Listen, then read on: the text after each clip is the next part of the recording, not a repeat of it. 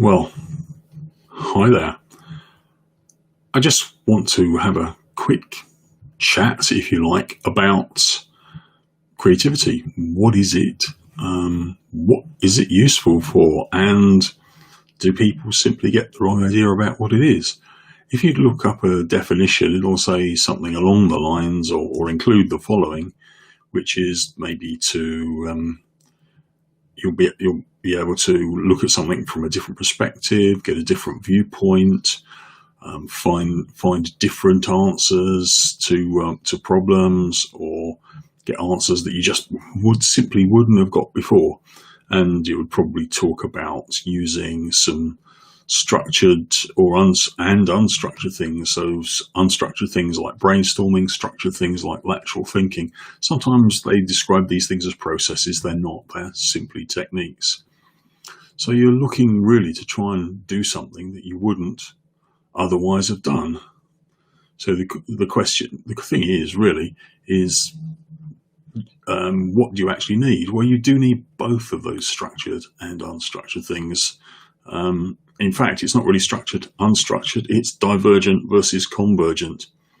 The whole creative thinking thing depends on having a convergent or slightly more focused thinking, which is where you actually decide what you're going to do, which of your ideas you're going to work with, which of your many possible causes for your problem is your cause, etc. You've actually got to focus. And then you have divergent areas where you're thinking of solutions for your problem. You're thinking of ideas. You're creating ideas. So we have a series of phases, and all the techniques we use fit into these phases. So, for instance, most people know about brainstorming, which would fit into a divergent phase. It is often fairly badly used for a number of reasons, but its main use is for generating ideas. It doesn't fit that well for problem solving because many people don't work out what the problem is that they need to solve first. But there are other things where you might be there's various matrices and things where you might put things in different quadrants of a matrix to make a decision. That would class as convergent thinking. But what can you use these things for? I mean, it's all very well saying let's be creative, but most people don't know what they can be used for. Well, brainstorming, ideas. Negative brainstorming, which is a version of brainstorming, is again can be used for ideas, but it's a very good technique if you have what I call mood hoovers, negative people around you. You can actually make use of them, which is bizarre. They're taken aback by this. But I have had somebody actually use negative brainstorming as part of a behavioural change process with some of his employees.